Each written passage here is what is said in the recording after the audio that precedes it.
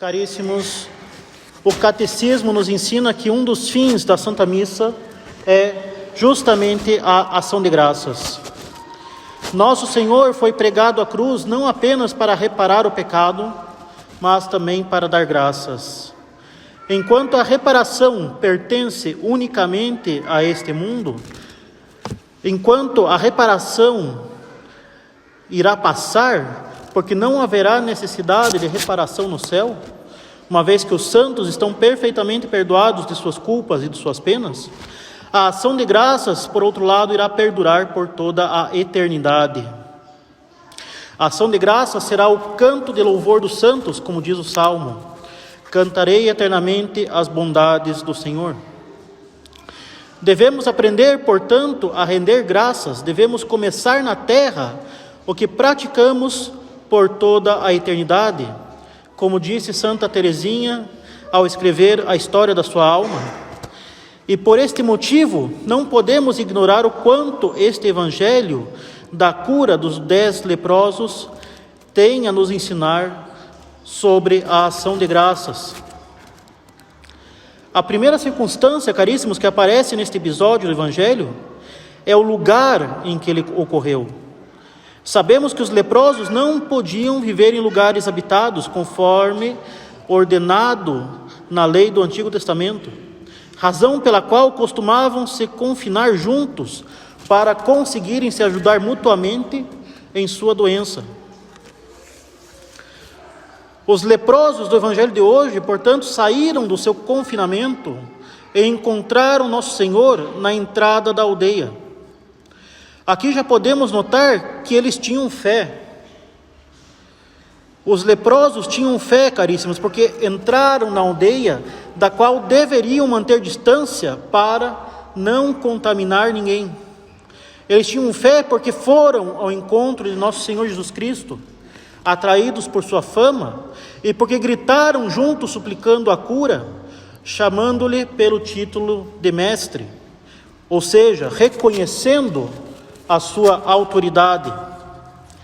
Os leprosos abandonaram o seu isolamento, que representa o pecado, porque o pecado afeta a natureza social do homem e o encarcera no egoísmo. O pecado nos torna preguiçosos, o pecado nos inclina a buscar as consolações e a evitar o trabalho e o sofrimento. O pecado nos impede de nos interessarmos pelas necessidades do próximo. Em suma, caríssimos, o pecado nos afasta do bem comum. Por esta razão, o pecador inveterado só pode ter companhias que cometam os mesmos pecados que ele, que seja tão egoísta quanto ele, como no caso dos leprosos, que viviam juntos fora da aldeia e longe da sociedade. E como os leprosos queriam ser curados e tinham fé, Nosso Senhor lhes ordenou que se apresentassem aos sacerdotes. E é esta, caríssimos, a segunda circunstância que deve nos interessar. Na lei de Moisés era necessário que o sacerdote verificasse se um leproso estava limpo de sua doença, para que fosse readmitido à vida social. Portanto, ao enviar os leprosos aos sacerdotes, Nosso Senhor garantiu a sua cura. Ainda que Deus seja o autor da lei e não esteja submetido a nenhuma lei positiva, é para o bem dos leprosos que convinha o cumprimento desta prescrição legal, para que pudessem ser readmitidos à vida social e para que o milagre ficasse manifesto, o que renderia ainda maior glória a Deus. Esta mesma pedagogia divina pela qual Deus nos dá o que nos é mais conveniente, também se faz presente nos sacramentos.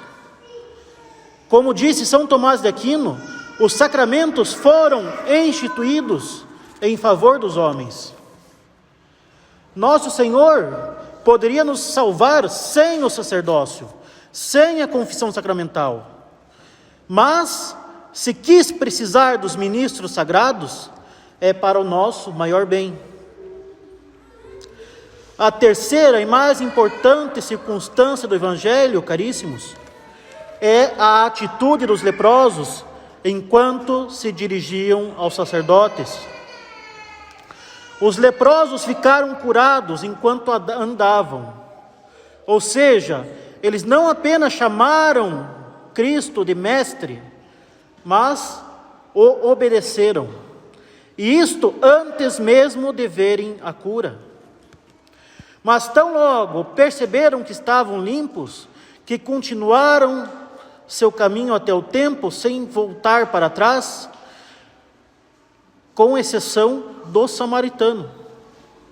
Assim que perceberam que não tinham mais a mancha da lepra, continuaram seu caminho, com exceção daquele estrangeiro. Podemos imaginar, caríssimos, a alegria eufórica dos leprosos ao notarem que sua doença havia desaparecido, razão pela qual preferiram não retornar àquele que os curou, a fim de chegarem o quanto antes ao templo. Na verdade, os leprosos deram sinais de uma grande fé quando pediram a cura.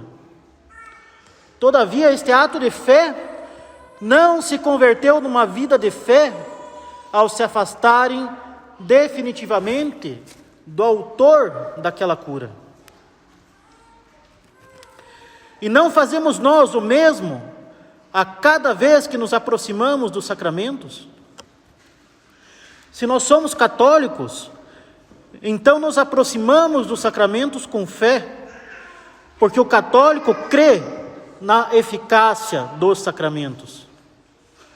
Mas aquele ato de fé na presença real durante a comunhão, ou aquele ato de contrição durante a confissão, qual a sua real duração em nossa alma? Qual o seu real influxo em nossa vida espiritual? Se examinarmos os frutos de nossas comunhões e de nossas confissões, veremos facilmente o quanto nossa fé, o quanto nossa contrição e as demais virtudes são frágeis, como aquelas flores que uma breve chuva destrói. Ainda que sejam um bem, os atos de virtude que praticamos durante a recepção dos sacramentos, durante a oração, durante as tribulações e durante as tentações, não basta realizar esses atos de virtude isolados para que a vida interior possa se manter e progredir. Da mesma maneira que uma árvore não deve apenas dar flores, mas deve dar verdadeiramente frutos. Por mais que esses atos sejam efetivamente bens e produzam o bem, esses atos por si mesmos não bastam. Nossa vida interior, caríssimos, deve frutificar, não deve se paralisar em intenções ou propósitos, ou, quando muito, em atos isolados de virtude. E para isso mesmo devemos imitar o samaritano. Dos 10 leprosos curados por Nosso Senhor, o samaritano foi o único que voltou para dar graças. De fato, a ação de graças nos faz perceber que nossa vida não nos pertence. A saúde que os 10 leprosos recuperaram não passa de um dom gratuito da parte de Deus. E seria injusto alegrar-se com a cura e apresentar-se ao sacerdote sem reconhecer o dom recebido por meio da devida gratidão. E assim, caríssimos, a gratidão deriva da justiça. Devemos reconhecer que tudo, absolutamente tudo, o que somos e temos, provém de Deus, que é o sumo bem. Como disse São Paulo apóstolo, que é que possuís que não tenhas recebido? E se o recebeste, por que te glorias, como se o não tivesses recebido? Se a alma não se volta para Deus para agradecê-lo e louvá-lo, ela se voltará invariavelmente para si mesma por meio da vanglória. Se a humildade é a verdade, no dizer de Santa Teresa d'Ávila, a vanglória, por sua vez, é a mentira, fruto do esquecimento de Deus. Os 9 leprosos que haviam se esquecido de agradecer a Cristo, por acaso não teriam caído na vanglória ao se apresentarem aos sacerdotes? Provavelmente sim, na medida em que a vanglória é fruto do esquecimento de Deus. E eles justamente se esqueceram de dar glória a Deus. Devemos, portanto, caríssimos, vigiar nossos pensamentos e palavras para examinar se porventura não cometemos frequentemente este pecado, se porventura não atribuímos a nós mesmos nossas qualidades e as graças recebidas, como se fossem o efeito de nosso mérito diante de Deus. De fato, caríssimos, na epístola da missa, ouvimos São Paulo dizer: se a herança se obtivesse pela lei, já não proviria da promessa. Antes que os judeus tivessem uma lei para cumprir, Deus já havia prometido gratuitamente o Redentor. Não foi o cumprimento da lei mosaica que justificou os judeus diante de Deus. A lei mosaica apenas manteve o povo judeu sob a consciência do pecado, até que Cristo viesse nos salvar.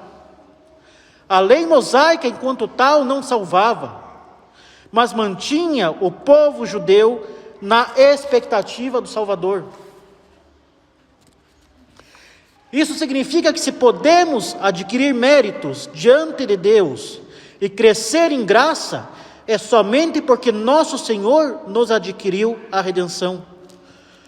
Todos os nossos méritos sobrenaturais estão fundados sobre a absoluta gratuidade da redenção, sobre a misericórdia infinita de Deus que nos redime. Sem a gratuidade da redenção e fora da misericórdia de Deus, não há mérito. E a cada vez que nos glorificamos de um bem sobrenatural que Deus produz em nós, nós nos esquecemos que não há mérito sem graça, assim como também não há qualidades naturais sem que o Criador as tenha dado.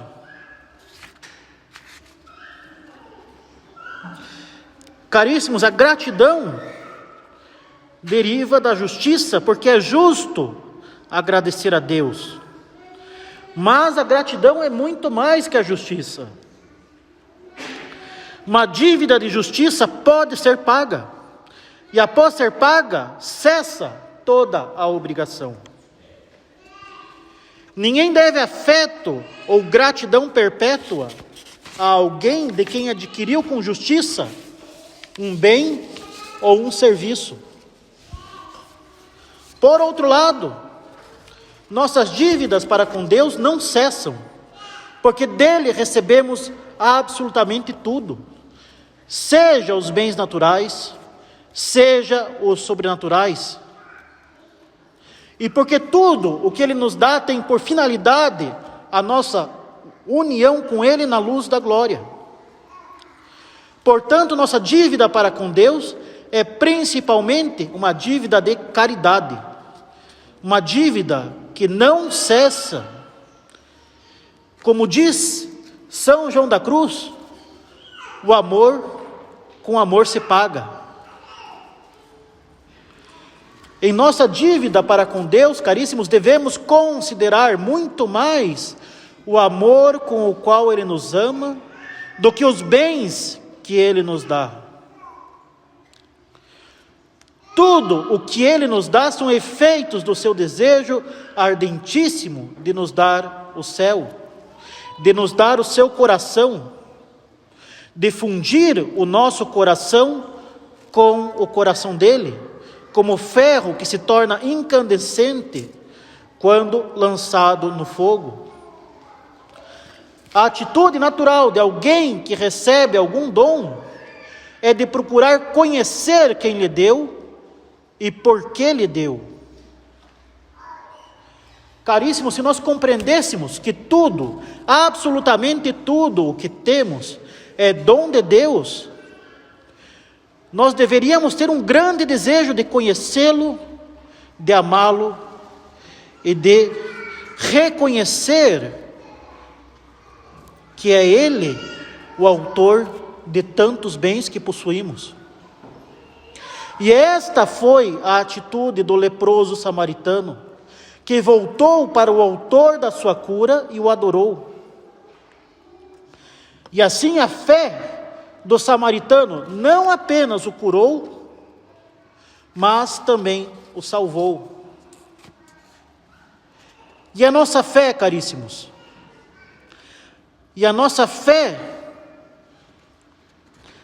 fé nos cura, ou a nossa fé também nos salva?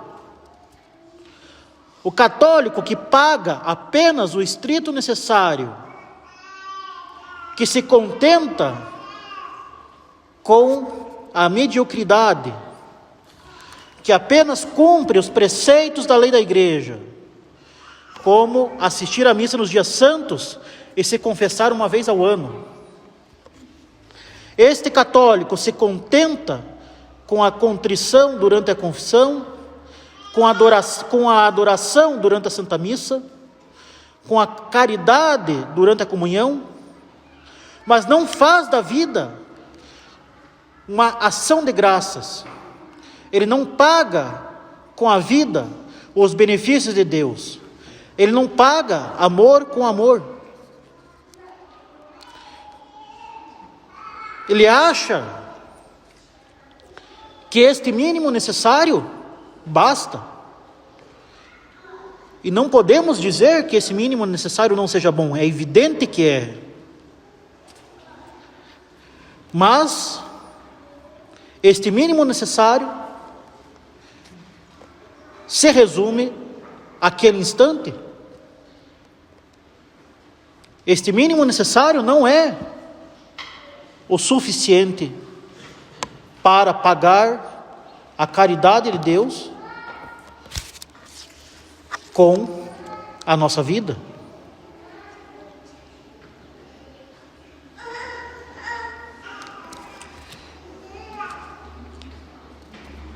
Ao invés de se considerar um mendigo diante de Deus, de quem ele depende absolutamente e perpetuamente, ele faz de Deus um mendigo, para quem oferece as sobras da sua vida. No fim das contas, ele dedica a sua vida a si mesmo e não a Deus. Ele considera os seus bens como se fossem seus e não dons de Deus. E ele acha que está fazendo uma grande coisa em dar para Deus alguns restos, como se Deus fosse um mendigo.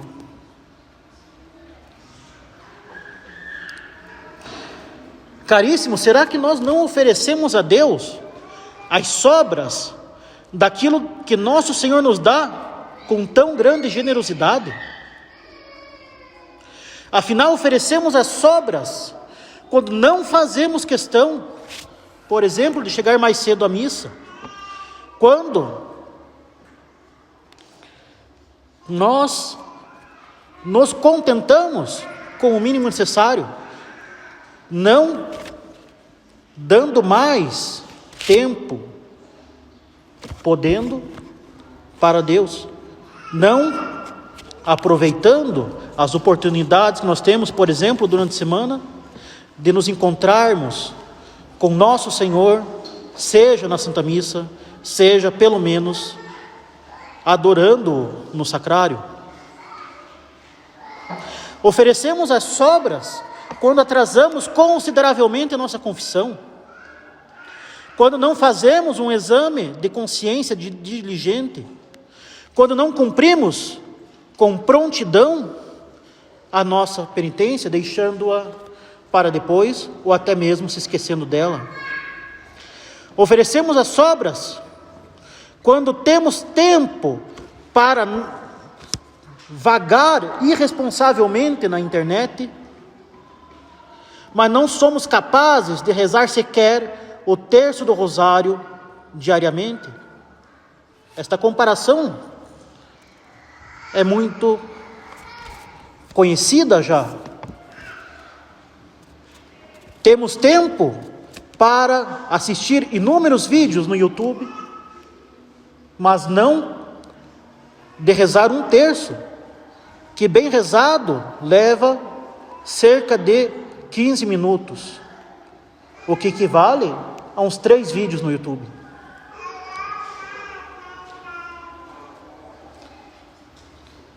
Se nós não somos capazes de rezar o terço diariamente, como Nossa Senhora tanto nos pede, vamos ser capazes do quê? Quem não é fiel nas pequenas coisas, acaso será fiel nas grandes? Oferecemos as sobras quando a nossa ajuda material à igreja não é proporcional às riquezas que nosso Senhor nos dá. E Deus sabe quantas sobras lhe oferecemos ao longo do dia e da semana. Caríssimos, não façamos de Deus, nosso Senhor, um mendigo a quem damos apenas as sobras. Não façamos alguns atos de gratidão diante de bens ou de graças recebidas, mas façamos sim da nossa vida uma ação de graças. Ofereçamos a nossa vida em gratidão por tudo o que Ele nos deu. E nosso Senhor nos deu nada mais, nada menos do que todo o seu sangue do alto da cruz. Ele nos deu a sua caridade infinita de forma palpável no alto da cruz. E não somente naquele instante, mas Ele se deixou a si mesmo a nós. E está aqui conosco no sacrário, realmente presente. E não somente isso, Ele deixou o seu sacrifício, a sua cruz, para nós, no santo sacrifício da missa. E nós, diante disso, vamos nos contentar com o mínimo necessário para que a nossa consciência não nos acuse de pecado mortal? Nós vamos nos contentar com o mínimo necessário para, diante daquele que nos deu tudo? É até absurdo pensar nesses termos, pensar em mínimo necessário diante daquele que nos deu, por meio do seu sangue, a eternidade.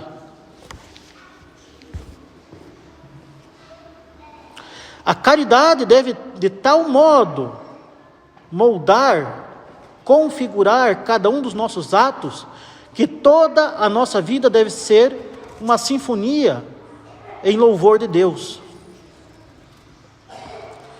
Santa Elizabeth da Trindade disse que não queria ser mais do que o louvor da glória de Deus. De fato, não temos outro fim senão o de sermos meros instrumentos da autoglorificação de Deus. Deus nos dá a graça, e Ele quer nos dar a graça a ponto de não sermos mais do que instrumentos nas mãos do Espírito Santo, instrumentos de um louvor incessante e perfeito.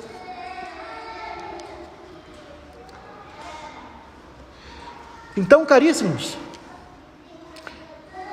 nós devemos pedir a graça de não sermos mesquinhos na vida espiritual. Devemos lutar contra esta pequenez de coração que nos move a achar que podemos dar apenas o estrito necessário. Nós devemos nos ver como mendigos diante de Deus, ao invés de fazer de Deus um mendigo a quem se dá as sobras e reserva o melhor para si. Porque é isso que nós fazemos. Quando nós nos contentamos com essa história de dar a Deus o mínimo necessário,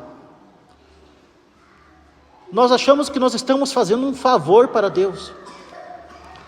Nós estamos pensando, antes de tudo, em nós mesmos, em ter o menor trabalho, em achar que nós somos senhores de tudo aquilo que nós possuímos, de tudo aquilo que nós temos, e estamos fazendo um favor para Deus. Em primeiro lugar está contentar a si mesmo,